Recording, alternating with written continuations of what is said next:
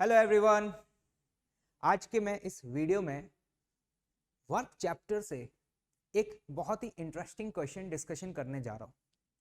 इस प्रोफाइल का क्वेश्चन या as it is similar question I hope जो लोग वर्क चैप्टर पढ़ चुके हैं ना उन्होंने कहीं ना कहीं सॉल्व किया होगा। लेकिन मैं आपको बता दूं कि आज मैं इस वीडियो में सिर्फ इस क्वेश्चन का सॉल्यूशन ही नहीं बताऊंगा, उसके अलावा फिजिक्स के बहुत शानदार कॉन्सेप्ट्स के बारे में भी डिस्कशन करूंगा। मतलब मैं ये कह सकता हूं if you love the physics तो आज के वीडियो में आपको वाकई में काफी इंटरेस्ट आने वाला है। तो देखिए क्वेश्चन क्या है, मैं सबसे पहले आपको एक्सप्लेन कर देता हूं। यहां पर एक ब्लॉक है और इस ब्लॉक पर हम टेंजेंशियल डायरेक्शन में फोर्स अप्लाई कर रहे हैं, तो जिसकी हेल्प से हम इस ब्लॉक को अप द हिल मूव कर रहे हैं। इस समय ब्लॉक जो है वो इस पोजीशन पर है ए, और हम इस ब्लॉक को स्लोली मूव करते हुए पॉइंट बी तक लेकर के गए। आप पढ़ भी सकते हैं, क्वेश्चन लिखा हुआ है body of a mass m is moving slowly, be careful, क्या लिखा हुआ है, slowly up the hill by a force f which at each point is directed along the tangent।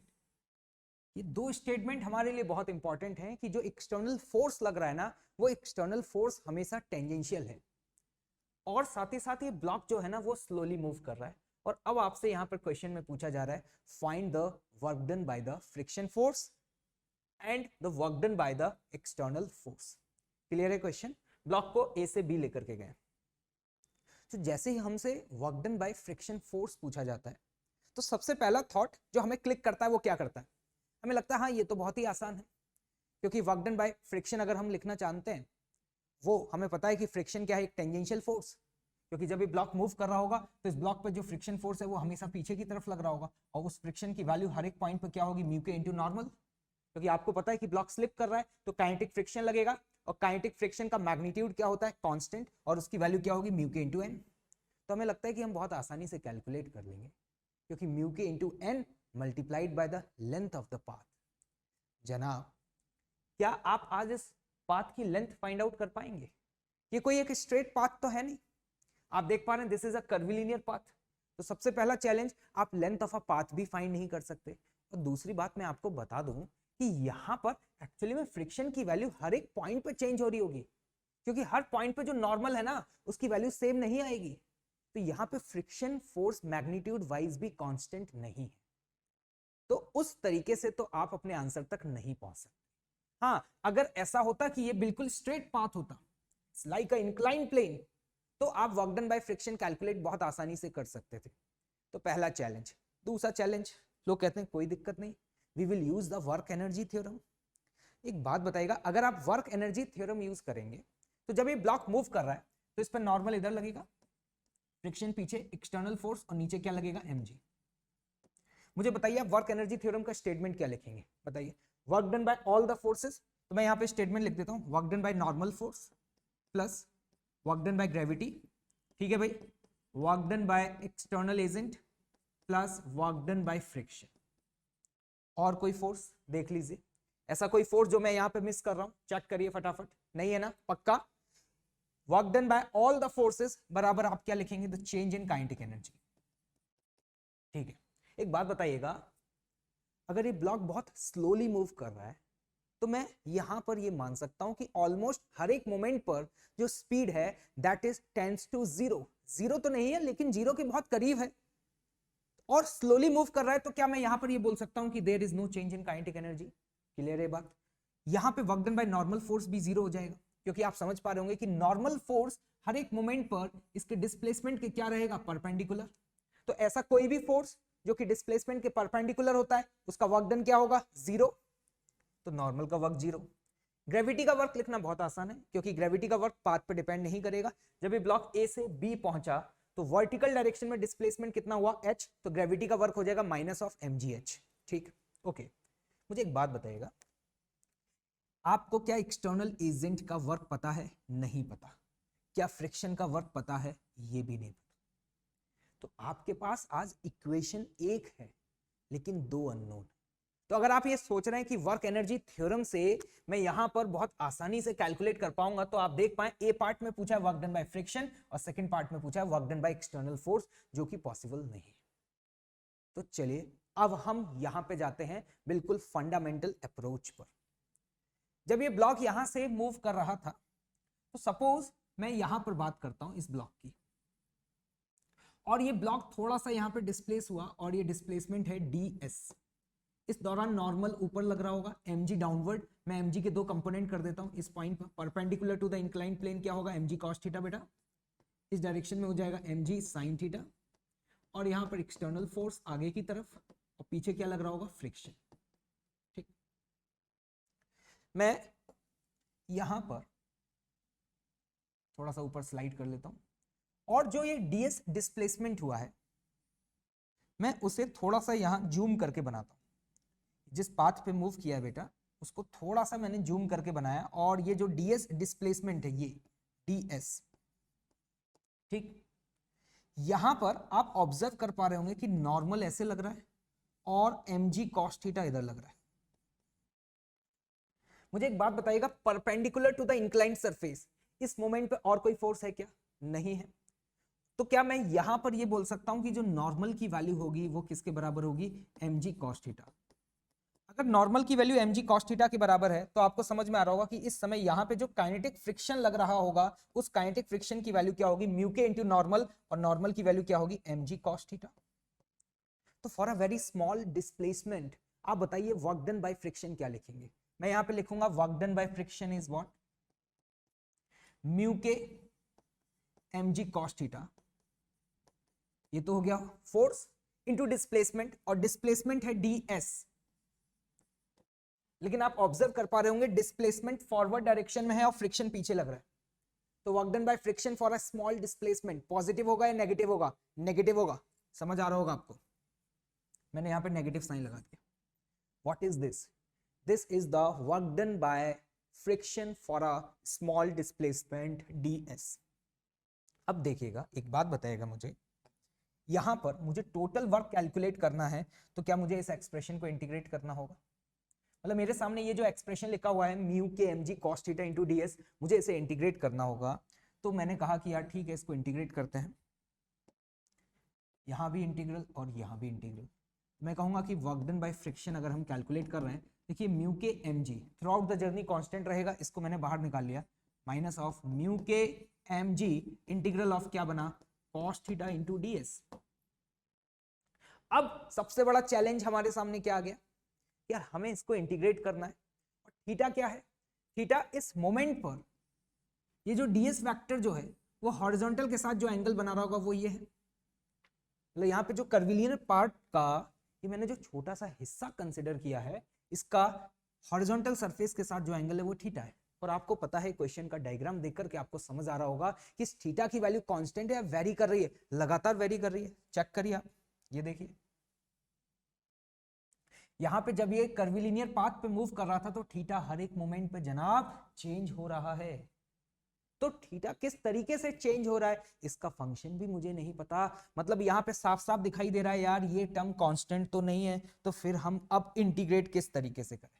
अब ये हमारे सामने एक चैलेंज है,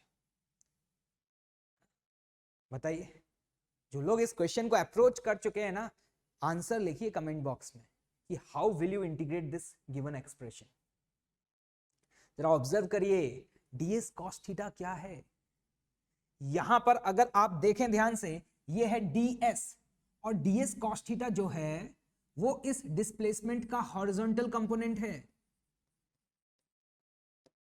इंटीग्रेशन का मतलब क्या होता है, समेशन, और ds cos थीटा है हॉरिजॉन्टल कंपोनेंट, मतलब मैं यहां पर ये कह सकता हूं माइनस म्यू के mg, और इस एक्सप्रेशन को इंटीग्रेट करेंगे तो इसका मतलब है आप सिर्फ और सिर्फ हॉरिजॉन्टल कंपोनेंट को इंटीग्रेट कर दीजिए।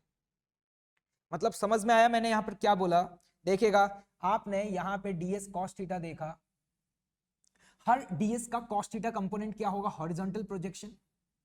सारे हॉरिजॉन्टल प्रोजेक्शंस को ऐड करते चले जाइए, ये ds इसका cos थीटा, ये ds इसका cos थीटा। तो आपको ऑब्जर्व हो रहा होगा यहां पर, जरा देखिएगा सारे हॉरिजॉन्टल कंपोनेंट्स को अगर आप ऐड करेंगे तो ये क्या बनेगा, क्या ये हॉरिजॉन्टल प्रोजेक्शन आएगा कि नहीं आएगा। और ये हॉरिजॉन्टल प्रोजेक्शन आपको क्या दिया हुआ है, L दिया हुआ है। मतलब इस इंटीग्रल वैल्यू को जब हम सॉल्व करेंगे तो यहां पे सॉल्व करने पर हमारे पास जो रिजल्ट आएगा that will be what, minus mu kmg multiplied by L. This is the work done by friction force. मतलब मैं यहां पर एक बात बोल सकता हूं कि अगर इस ब्लॉक को इंक्लाइंड सरफेस पर हम स्लोली मूव कर रहे हैं with the help of external agent, और वो भी कैसे फोर्स लगा रहा है, टेंजेंशियल डायरेक्शन में, तो वहां पर वर्क डन बाय फ्रिक्शन की वैल्यू ये आती। ये था फर्स्ट पार्ट का सॉल्यूशन, और मुझे उम्मीद है कि ये solution most of the students को पता होगा। लेकिन अब मैं आपसे अगला सवाल जो पूछने वाला हूं, जिसके लिए मेन बेसिकली ये वीडियो बनाया गया, क्या यहां पर ये बॉडी स्लोली मूव नहीं कर रही होती तो क्या ये एक्सप्रेशन वैलिड होता? क्या ये नेसेसिटी है कि बॉडी को स्लोली मूव करना चाहिए? मेरा सवाल दोबारा से सुनिएगा फिर से। ये मैंने जो एक्सप्रेशन लिखा mu K mg into horizontal displacement, क्या ये एक्सप्रेशन तब वैलिड होता जब ये ब्लॉक स्लोली मूव नहीं कर रहा होता, मतलब इस ब्लॉक के पास स्पीड होती? अगर आप सोच रहे हैं यस वैलिड होता, तो मैं आपको बता दूं नहीं वैलिड होता। ये इंपॉर्टेंट है भाई, क्यों नहीं होता अब मैं आपको इस चीज को एक्सप्लेन करता हूं। देखिएगा, मुझे एक बात बताइए, ये कर्वीलिनियर पाथ है, मैंने इसका एक छोटा सा हिस्सा ये कंसिडर किया, ठीक है। अगर मान लीजिए इस ब्लॉक के पास स्पीड होती और एक कर्वीलिनियर पाथ है, तो आप समझ पा रहे होंगे इस कर्वीलिनियर पाथ का अपना कोई ना कोई रेडियस ऑफ कर्वेचर होगा, और यहां पे नॉर्मल ऊपर लग रहा है जनाब, और mg cos थीटा नीचे लग रहा है। अगर आप सर्कुलर पढ़ चुके हैं तो आपको समझ में आ रहा होगा कि net force towards the centre, net force towards the centre, बताइए किस तरीके से लिखेंगे, normal minus mg cos theta, and that will be equals to क्या होता, mv square by r। Actually में नॉर्मल की वैल्यू mg cos थीटा के बराबर ही नहीं आती, वहां पर ये वाला एडिशनल टर्म भी ऐड हो जाता। क्यों जनाब, समझ में आया? आपको समझ आ रहा होगा कि जो नॉर्मल है उसकी वैल्यू होती है आपके सामने क्या, mg cos theta plus mv square by r। और जब नॉर्मल की वैल्यू ये होती तो आप खुद सोचिए, यहां पे जब आप फ्रिक्शन लिख रहे होते तो आप फ्रिक्शन लिखते म्यू के इंटू नॉर्मल, और नॉर्मल की value mg cos theta plus mv square by r, तो आपके पास सिर्फ ये इंटीग्रल साइन नहीं बनता, मतलब ये एडिशनल टर्म भी बन जाता। मतलब अगर आप ये बोल रहे हैं कि ये वाला रिजल्ट वैलिड है, तो जनाब ये तभी वैलिड है जब ये ब्लॉक स्लोली मूव कर रहा हो, पहली कंडीशन। अब यहां पर मैंने बोला था इसको भी अंडरलाइन करिएगा, टेंजेंट। ये क्यों यार, ये जो एक्सटर्नल फोर्स है, क्या ये नेसेसिटी है कि हमेशा टेंजेंशियल डायरेक्शन में ही लगना चाहिए? क्या किसी और एंगल पर लग गया तो क्या कोई समस्या है? हाँ भाई समस्या है, तो आप इस रिजल्ट को यूज नहीं कर पाएंगे। क्यों नहीं कर पाएंगे, सोचिए और लिखिए कमेंट बॉक्स में, बताइए मुझे कि ऐसा क्यों हो रहा है। अगर ये एक्सटर्नल फोर्स टेंजेंशियल डायरेक्शन में नहीं लग रहा होता तो हम इस एक्सप्रेशन को क्यों यूज नहीं कर सकते? देखिएगा, एक बात बताइएगा, अगर ये एक्सटर्नल फोर्स इस तरीके से किसी एंगल पर होता, ठीक है, अल्फा एंगल पर सरफेस के साथ, तो जनाब जब तुम नॉर्मल की वैल्यू लिखते तो क्या तुम नॉर्मल को mg cos थीटा के बराबर लिख पाते? नहीं लिख पाते, क्योंकि जो एक्सटर्नल फोर्स लग रहा है ना, इसका भी कंपोनेंट आता परपेंडिकुलर टू द सरफेस। आप ऑब्जर्व करिए, अगर ये फोर्स किसी एंगल पर होता तो इस फोर्स का एक हॉरिजॉन्टल कंपोनेंट होता है f cos अल्फा, और इस फोर्स का एक और कंपोनेंट होता that is what, f sin alpha. और मान लीजिए आप स्लोली मूव कर रहे हैं, लेकिन आपका जो फोर्स है वो टेंजेंशियल नहीं है, तो अब बताइए आप नॉर्मल की वैल्यू क्या लिखते? एनएलएम इतना तो आपको आता होगा, आप समझ पा रहे होंगे कि यहां पे आप लिखते n plus f sin alpha minus mg cos theta, and that should be equal to what, mv square by r। और सपोज मैंने ये बोल दिया कि स्लोली मूव कर रहा है, तो ये वाला टर्म जीरो हो गया। लेकिन आप ऑब्जर्व करिए, क्या उस केस में नॉर्मल की वैल्यू mg cos थीटा के बराबर आती? नहीं आती। उस केस में नॉर्मल की वैल्यू में ये वाला टर्म भी ऐड हो जाता। इसीलिए इस क्वेश्चन में ये मेंशन किया गया है। ये पता है आपको क्वेश्चन, एक इंटरेस्टिंग बात, ये क्वेश्चन आपका इरोडो का क्वेश्चन है 1.121। अगर आप 1.121 क्वेश्चन देखेंगे ना इरोडो में, तो आपको यही सेम क्वेश्चन देखने को मिलेगा। मैंने देखा कि कई सारी बुक्स में इवन इसको बिना मेंशन किए कि ब्लॉक स्लोली मूव कर रहा है और एक्सटर्नल फोर्स टेंजेंशियल लग रहा है, वो डायरेक्ट इस रिजल्ट को यूज करते हैं। लेकिन मैं बता दूं कि फंडामेंटली ये क्या है, गलत है। मुझे उम्मीद है कि ये बात आपको समझ में आ रही होगी कि यहां पे नॉर्मल की वैल्यू हम mg cos थीटा सिर्फ और सिर्फ तभी लिख पा रहे हैं उस मोमेंट पर जब ब्लॉक स्लोली मूव करे और साथ ही साथ एक्सटर्नल फोर्स टेंजेंशियल लगे। अगर ये दोनों कंडीशन सेटिस्फाई नहीं होंगी तो नॉर्मल की वैल्यू mg cos थीटा के बराबर नहीं आएगी और उस केस में नॉर्मल की वैल्यू चेंज हो जाएगी, तो उस केस में आप इस एक्सप्रेशन को यूज नहीं कर पाएंगे। क्लियर है? चलिए अब एक बात बताइए कि अगर आप work done by friction calculate कर चुके हैं तो क्या अब आपके लिए क्वेश्चन बहुत ही आसान हो चुका है? Now you have to find the work done by external force. तो मुझे लगता है कि इसको तो हम बहुत आसानी से कैलकुलेट कर लेंगे with the help of work energy theorem. तो बताइए आप एक्सप्रेशन क्या लिखने वाले हैं? देखिएगा वही एक्सप्रेशन था, नॉर्मल का वर्क डन 0 था, ग्रेविटी का वर्क बताइए कितना लिखेंगे, माइनस ऑफ mgh। परफेक्ट। अब आगे लिखा है work done by external agent जो कि मेरे लिए अननोन था, plus work done by friction जो कि कितना है, mu K mg into L. L is a horizontal displacement and is equal to the change in kinetic energy and this is what 0। तो यहां से हमारे पास work done by external agent आता है कितना, mgh plus mu K mg into L. This is the answer of your B part. Clear है? मुझे उम्मीद है कि आज के वीडियो में वाकई में आपको काफी मजा आया होगा। तो ध्यान रखिएगा कभी भी इस प्रोफाइल का क्वेश्चन आए और वहां पर अगर स्लोली और एक्सटर्नल फोर्स टेंजेंशियल लग रहा हो तो इसका मतलब समझ जाना कि उसके पीछे कोई लॉजिक है भाई, तभी आप वहां पे वर्क डन बाय फ्रिक्शन इस तरीके से लिख पाएंगे, the mu K mg into multiplied by the horizontal displacement. Clear है? तो चलिए आगे भी इसी तरीके के और इंटरेस्टिंग वीडियोस जहां पे फिजिक्स की कॉन्सेप्ट्स की हम चर्चा करेंगे वो भी डिटेल में। मिलते हैं नेक्स्ट वीडियो में। Thank you so much.